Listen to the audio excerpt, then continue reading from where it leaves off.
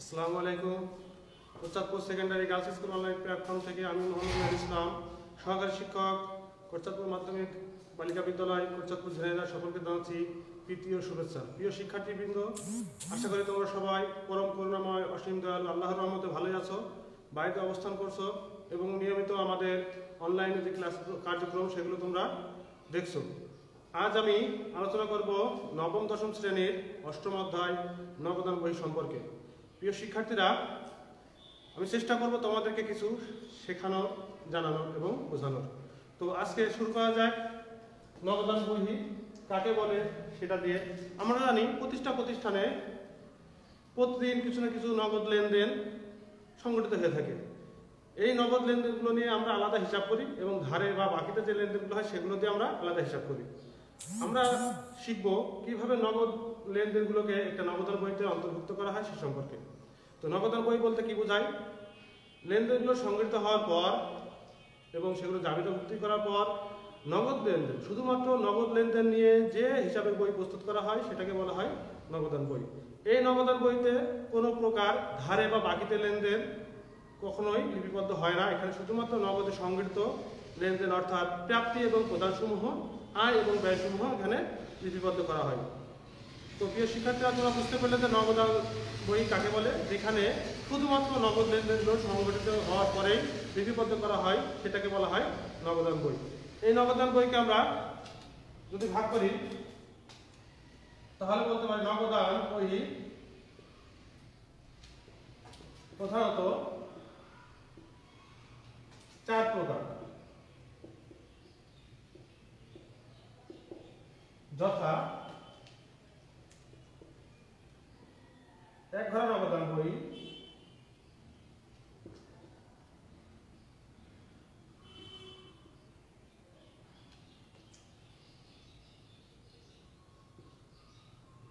দুই ঘর নগদান বই,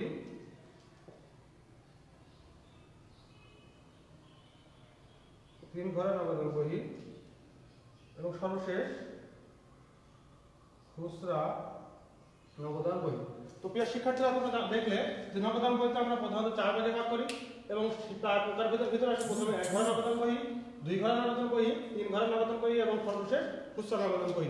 এই এক ঘর, দুই ঘর, তিন ঘর এবং খুচরা কেন আমরা বিভক্ত করলাম? তো প্রিয় শিক্ষার্থীরা, এক ঘর নগদান বই সেটা কি? যে প্রতিষ্ঠান কোনো প্রকার ব্যাংকের সাথে লেনদেন করে না, তাদের লেনদেন সংগঠিত হওয়ার পর নগদ আদান এবং প্রদানগুলো হিসাবের ভিতরে শুধুমাত্র হিসাবটা সম্পূর্ণ করার জন্য লিপিবদ্ধ করে, সেটা হচ্ছে এক ঘর নগদান বই। তো এক ঘর নগদান বই কারা লিপিবদ্ধ করে? যে প্রতিষ্ঠান বা ব্যক্তি কোনো প্রকার ব্যাংকিং লেনদেন সম্পূর্ণ করে না বা ব্যাংকিং লেনদেনের সাথে জড়িত নয়। দুই ঘর নগদান বই কি? যে নগদান বইতে দুইটি টাকার অঙ্কের ঘর থাকে, একটা নগদান এবং ব্যাংক। অর্থাৎ দুই ঘর নগদান বই যারা সম্পন্ন করবে তারা অবশ্যই ব্যাংকিং লেনদেনের সাথে জড়িত থাকবে এবং ব্যাংকের সাথে অর্থ আদান প্রদান করে থাকে। তাহলে দুই ঘর নগদান বই বলতে বোঝায় যে নগদান বইতে দুইটি টাকার ঘর থাকে, একটা ব্যাংক টাকা এবং একটা নগদ টাকা। তিন ঘর নগদান ঠিক তদ্রূপ, যে নগদান বইতে 3টি টাকার ঘর থাকে সেটাকে তিন ঘর নগদান বই বলা হয়। 3টি টাকার ঘর কি কি? প্রশ্ন আসতে পারে নগদ টাকা, ব্যাংক টাকা, তাহলে আরেকটা টাকা কি? এখানে এই প্রতিষ্ঠান সমূহ যখন লেনদেন করে তখন বাট্টা বলে একটা শব্দ উল্লেখ করা হয়। অর্থাৎ নগদ টাকা পেতে গেলে এবং দিতে গেলে পাওনাদার এবং দেনাদার কিছু টাকা ছাড় দেয়, অর্থাৎ মওকুফ করে দেয় যে এই টাকা তোমাদেরকে প্রদান করতে হবে না। সেটাকে বলা হয় নগদ বাট্টা এবং নগদ বাট্টাটা সচরাচর তিন ঘর নগদান বইতে লিপিবদ্ধ করা হয়। খুচরা নগদান বই কি? যেখানে একাধিক লেনদেন সম্পূর্ণ হয়, সেটা হতে পারে বিক্রয় হিসাব, হতে পারে ক্রয় হিসাব, হতে পারে আপ্যায়ন হিসাব, হতে পারে যাতায়াত, হতে পারে ডাকতার, হতে পারে বিভিন্ন নগদ টাকা খুচরা। প্রতিদিন কিছু না কিছু খরচ হতেই থাকে, যে বইতে লিপিবদ্ধ করবে সেটা হচ্ছে খুচরা নগদান বই। শিক্ষার্থীরা, আমি আজকে তোমাদের সাথে আলোচনা করব দুই ঘর নগদান বই। এই দুই ঘর নগদান বইতে টাকার অঙ্কের ঘর থাকবে দুইটা, একটা ব্যাংক টাকা এবং একটা নগদ টাকা। যদি ধরা হয় আমরা এই দুই ঘর নগদান বই কিভাবে সম্পন্ন করব, আমরা একটা ছকের মাধ্যমে দেখি।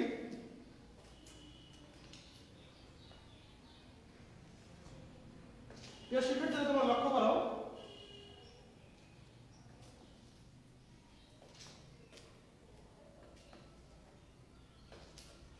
আমরা একটি বড় ঘর কেটে সেটাকে আমরা দুই ভাগে বিভক্ত করে নেব। সর্বপ্রথম আমরা তারিখের ঘর কাটব, অর্থাৎ উভয় পাশে তারিখের ঘর কেটে নেব। তারিখের ঘর কাটার পরে আমরা বিবরণের ঘর রেখে এখানে আমরা ব্যাংক টাকা অর্থাৎ খতিয়ান পৃষ্ঠা কেটে নেব, ভাষা নম্বর কেটে নেব, ব্যাংক টাকা কাটবো এবং আমরা এখানে সর্বশেষ নগদ টাকা কেটে নিলাম। তো অপর পৃষ্ঠ পাশেও ঠিক তদ্রূপভাবে এটা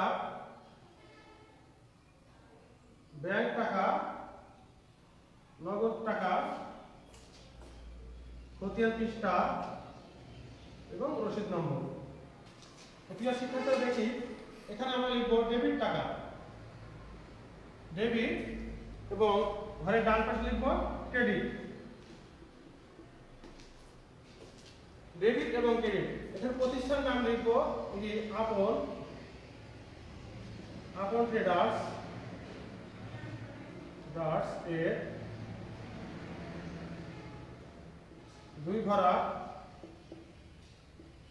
নগদান বই, আপন ট্রেডার্স এর দুই ঘরা নগদান বই। তো সর্বপ্রথম ঘরটা লিখবো আমরা তারিখের ঘর, তারপর লিখবো বিবরণ অথবা নগদ প্রাপ্ত লিখতে পারি, তারপর লিখবো আমরা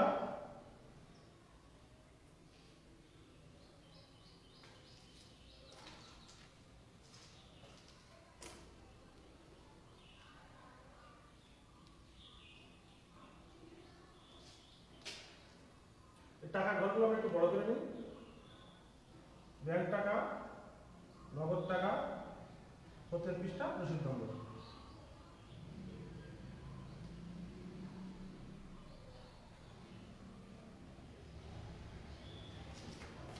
আমরা এটা লিখব ভাউচার নম্বর, ভাউচার নম্বর। এখানে লিখব খতিয়ান পৃষ্ঠা, অর্থাৎ এই লেনদেনটা খতিয়ানের কত নম্বর পৃষ্ঠা লিপিবদ্ধ করা হবে, নগদ টাকা,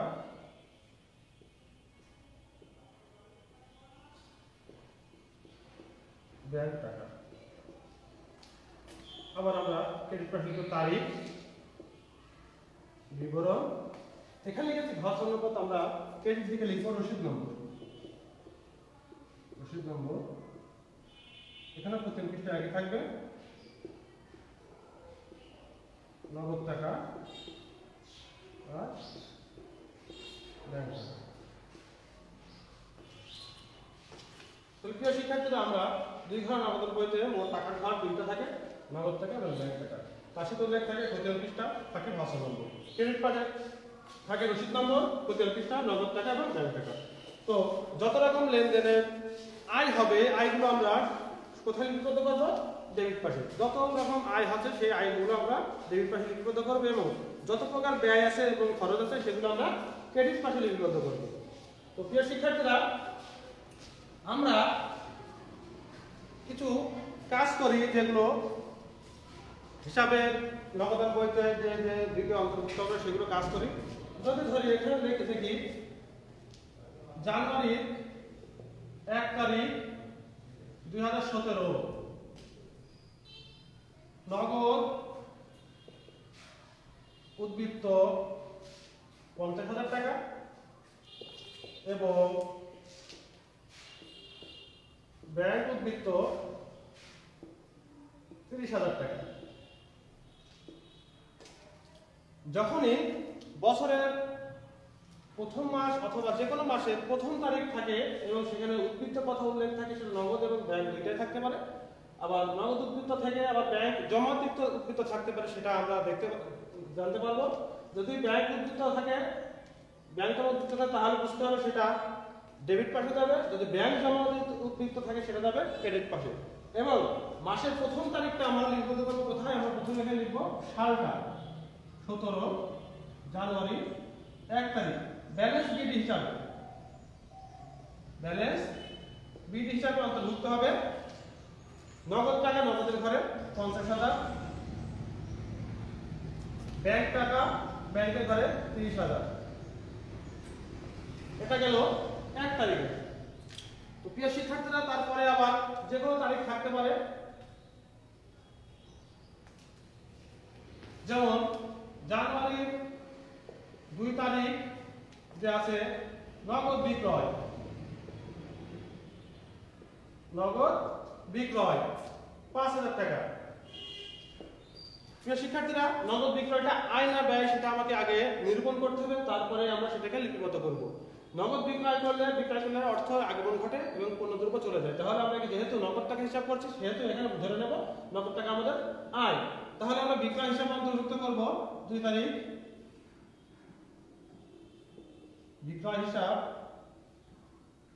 যেহেতু ব্যাংক নগদের উল্লেখ করা আছে আমরা নগদ ঘরে টাকা দেব 5000। প্রিয় শিক্ষার্থীরা, যদি থাকে নগদ ক্রয়, যদি নগদ ক্রয় থাকে তাহলে আমরা কোথায় দিব? জানুয়ারির 5 তারিখ নগদ ক্রয় 5000 টাকা। আমরা যেহেতু ক্রয়টা খরচ হিসেবে অন্তর্ভুক্ত করি তাহলে আমরা ক্রেডিট পাশে ক্রয় হিসাব লিখে ডেবিটের টাকা, ক্রেডিটের নগদান ঘরে টাকা আমরা বসাতে পারি। প্রিয় শিক্ষার্থীরা, লক্ষ্য করো জানুয়ারি 10 তারিখ ব্যাংকে জমাদান 10,000 টাকা। জানুয়ারি 10 তারিখ ব্যাংকে জমাদান 10,000 টাকা। এটা আমি কোথায় লিপিবদ্ধ করব এবং কিভাবে করব? তো শিক্ষার্থীরা, তোমাদেরকে একটা জিনিস মনে রাখতে হবে, যখনই ব্যাংকে টাকা জমা দেওয়া হয় এই টাকাটা নগদের উপরে এবং ব্যাংকের টাকার উপর প্রভাব ফেলে, অর্থাৎ যে লেনদেনটা নগদ টাকা এবং ব্যাংক টাকার উপরে প্রভাব ফেলে সেটাকে বলা হয় কন্ট্রাএন্ট্রি। কি বলা হয়? কন্ট্রাএন্ট্রি। কন্ট্রা অর্থ বিপরীত, কন্ট্রা অর্থ বিপরীত। এই ব্যাংকে জমা দেওয়া টাকাটা আমি কোথায় দিচ্ছি? ব্যাংকে দিচ্ছি। তাহলে ডেবিটে ব্যাংকের ঘরে টাকা বৃদ্ধি পাচ্ছে। কোথায় পাচ্ছে? ব্যাংকের ঘরে টাকা বৃদ্ধি পেল এবং সাথে সাথে কি হলো? আমার নগদ টাকা চলে আসলো। তাহলে ক্রেডিট নগদের ঘরে টাকা কত টাকা? 10,000। প্রিয় শিক্ষার্থীরা, এখন এই হিসাবটা আমি কিভাবে লিপিবদ্ধ করব? আমি যেহেতু এখানে লিখেছি 10,000 ব্যাংকের ঘরে, আমি তার উল্টো হিসাব এখানে লিখব নগদান হিসাব। নগদান হিসাব কি লিখব? নগদ হিসাব। এবং তার পাশে অবশ্যই সি অথবা ক, সি অথবা ক, যার অর্থ কন্ট্রা দাখিলা, যার অর্থ কন্ট্রা দাখিলা আমি লিখেছি নগদ হিসাব। নগদের ঘরে টাকা বসার কথা ছিল কিন্তু লিখেছি ব্যাংকের ঘরে। তদ্রূপ বিপরীত পাশে আমি 10 তারিখে যেহেতু নগদের ঘরে টাকা লিখেছি এখানে লিখব ব্যাংক হিসাব। এখানেও সি অথবা ক পাশে উল্লেখ করতে হবে যেহেতু এটা বিপরীত দাখিলা। তো প্রিয় শিক্ষার্থীরা, এমন আরো একটা সমস্যা থাকতে পারে, সেটাকে আমি দেখাবো। ধরো জানুয়ারি 15 তারিখে ব্যাংক থেকে ব্যক্তিগত প্রয়োজনে উত্তোলন, ব্যাংক থেকে ব্যক্তিগত প্রয়োজনে উত্তোলন করা হলো। তাহলে প্রিয় শিক্ষার্থীরা, ব্যক্তিগত এই কথাটা উল্লেখ থাকার কারণে এটা কি কন্ট্রা দাখিলা হবে? না, এটা কন্ট্রা দাখিলা হবে না। যেহেতু ব্যাংক থেকে উত্তোলন করলে ব্যাংকের টাকা কি হয়? কমে যায়। ব্যাংকের টাকা ব্যক্তিগত প্রয়োজনে উত্তোলন করলে কি হয়? কমে যায়। তাহলে আমি 15 তারিখে উত্তোলন হিসাবে লিখব যে উত্তোলন, ব্যাংকের টাকা কমে গেল কত? উত্তোলন এখানে লেখা 5,000 টাকা। তাহলে আমার ব্যাংক থেকে উত্তোলন করছি কত? 5,000 টাকা। ব্যাংকের টাকা কমে গেল। যদি ব্যক্তিগত কথাটা উল্লেখ না থাকে, ব্যক্তিগত কথা উল্লেখ নাই, তখন আমি কিভাবে লিপিবদ্ধ করব? ব্যাংক থেকে অফিস প্রয়োজনে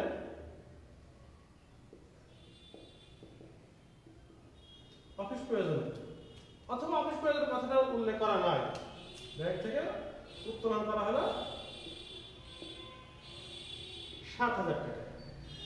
এখানে ব্যক্তিগত প্রয়োজনে উল্লেখ করা নাই কিন্তু অফিস প্রয়োজনে উল্লেখ করা নাই, কিন্তু শুধুমাত্র মনে করো ব্যাংক থেকে উত্তোলনের কথাটা উল্লেখ করা আছে, সেই সময় আমি কিভাবে এই টাকাটা লিপিবদ্ধ করব?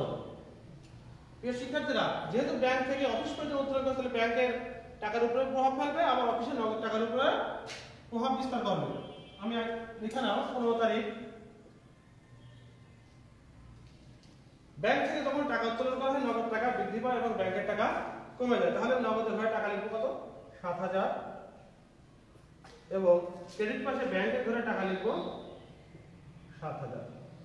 এখন প্রিয় শিক্ষার্থীরা এখানে কি হিসাব লিখবো? যেহেতু আমি নগদের ঘরে টাকা লিখেছি আমি এখানে লিখবো ব্যাংক হিসাব।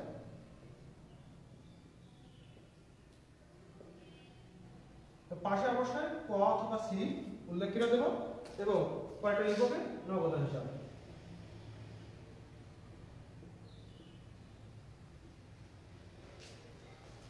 তাহলে প্রিয় শিক্ষার্থীরা তোমাদের কাছে নিশ্চয়ই পরিষ্কার হয়েছে যে ব্যক্তিগত প্রয়োজনে উত্তোলন করলে সেটা শুধুমাত্র উত্তোলন হিসাবে ক্রেডিট পাশে লিপিবদ্ধ করতে হয়, আর যদি অফিস প্রয়োজনে বা শুধু ব্যাংক থেকে উত্তোলন করা হলে এমন কোনো কথা লেখা থাকে তাহলে সেটা উভয় পাশে ডেবিট দিকে এবং ক্রেডিট দিকে উভয় দিকে লিপিবদ্ধ করতে হয় এবং সেই ক্ষেত্রে কোনটা দাখিলা হয়। তো প্রিয় শিক্ষার্থীরা আমরা আর দুটো হিসাব শিখে আমাদের ক্লাস শেষ করব। আরেকটা হিসাব থাকতে পারে ব্যাংক সুদ মঞ্জুর করলো। ব্যাংক সুদ মঞ্জুর করলো এই জানুয়ারির 20 তারিখ ব্যাংক সুদ মঞ্জুর করলো 500 টাকা। ব্যাংক সুদ মঞ্জুর করলো 500 টাকা। এটা কি আয় না ব্যয় সেটা আমাকে আগে দেখতে হবে। ব্যাংক সুদ দেয় শুধুমাত্র জমাকৃত অর্থের উপরে এবং চার্জ কেটে নেয় তার হিসাব চলার কারণে। তো ব্যাংক সুদ যখনই মঞ্জুর করবে তখন বুঝতে হবে সেটা আয়, সেটাকে আমরা ডেবিট পাশে লিপিবদ্ধ করবো 20 তারিখ। এখানে তো ব্যাংক সুদ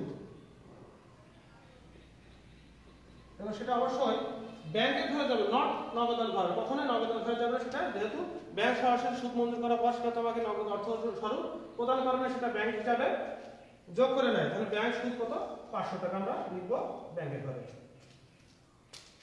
ব্যাংক চার্জ আমি দেখাবো যে 25 তারিখে ব্যাংক চার্জ ধার্য করলো 300 টাকা। ব্যাংক চার্জ ধার্য করলো 300 টাকা, অর্থাৎ ব্যাংক আমার হিসাব পরিচালনার কারণে তাদের আয় স্বরূপ কেটে নেবে 300 টাকা, অর্থাৎ সেটা আমার খরচ আর ব্যাংকের আয়। তখন কি করবো আমি? এটাও আমি ব্যাংক চার্জ হিসাবে ক্রেডিট পাশে লিপিবদ্ধ করবো।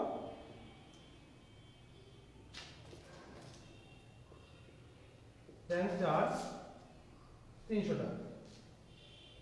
তো প্রিয় শিক্ষার্থীরা দেখো, ব্যাংক চার্জ 300 টাকা আমি কোথায় লিখলাম? ক্রেডিট পাশে খরচ হিসাবে। যেহেতু ব্যাংক চার্জ করে নেয় আমার কাছে, সরাসরি নগদ টাকা নেয় না, ব্যাংকে যে টাকা জমা থাকে সেখান থেকে ওরা কেটে নেয়। আর ব্যাংক চার্জ 300 টাকা ক্রেডিট পাশে লিপিবদ্ধ করলাম। আমার অঙ্ক এই পর্যন্তই। তো আমরা এখন ব্যালেন্স বিডি এবং সিডি কিভাবে নির্ণয় করতে হয় সেটা দেখব।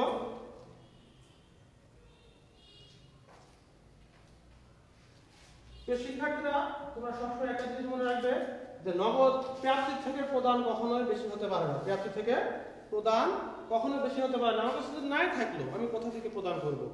তো প্রিয় শিক্ষার্থীরা সেই ক্ষেত্রে আমরা সর্বপ্রথম নগদ ঘরের ব্যালেন্সটা নির্ণয় করব। দেখো, নগদ ঘরে তাও ডেবিট ব্যালেন্স, ডেবিটের টাকাটা যোগ করো 50 + 55 7 62,000। তো ক্রেডিট পাশে আমরা সমান করে দেব, ব্যালেন্সটা আমরা অর্থাৎ সমান করা। এখানে লিখব 62,000।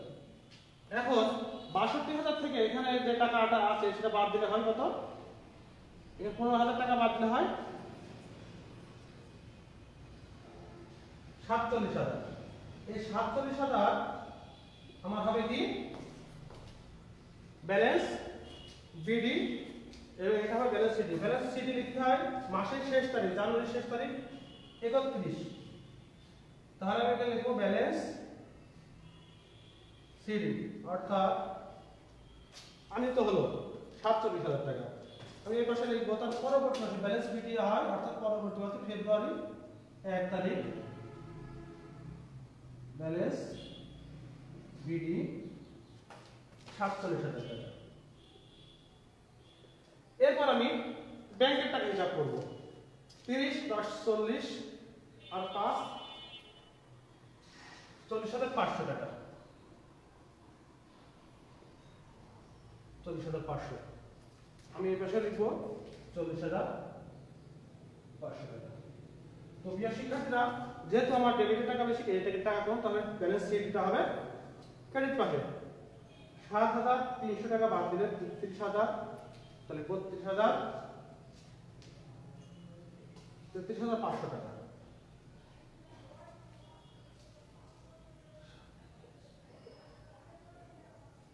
7 + 12,000, 40,000 বাদ দিয়ে 28,200,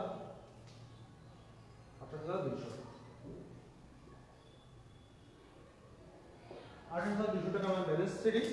তো ব্যাংকের ধরে আমার ব্যালেন্স বিল থাকবে 28,000। তো প্রিয় শিক্ষার্থীরা, তোমরা নিশ্চয়ই আজকে কিছুটা হলেও নগদান বই সম্পর্কে ধারণা পেলে। আমি আবারও তোমাদেরকে বলি যে যদি মাসের প্রথম তারিখে ব্যাংক জমা উদ্বৃত্ত না থাকে, ব্যাংক জমা অতিরিক্ত উদ্বৃত্ত থাকে, তখন সেটাকে আমরা ব্যালেন্স বিল হিসাবে ক্রেডিট দিকে লিপিবদ্ধ করব।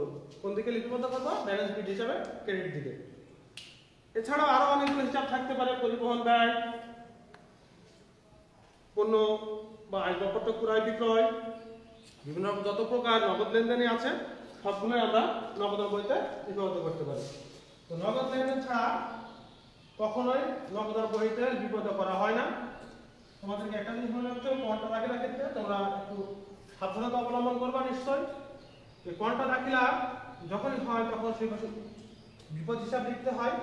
যদি ব্যাংকের টাকা লিখি, ব্যাংকের ঘরে টাকা লিখি, তখন আমি হিসাব লিখব নগদান হিসাব। যদি নগদের ঘরে টাকা লিখি তাহলে আমি হিসাব লিখব ব্যাংক হিসাব।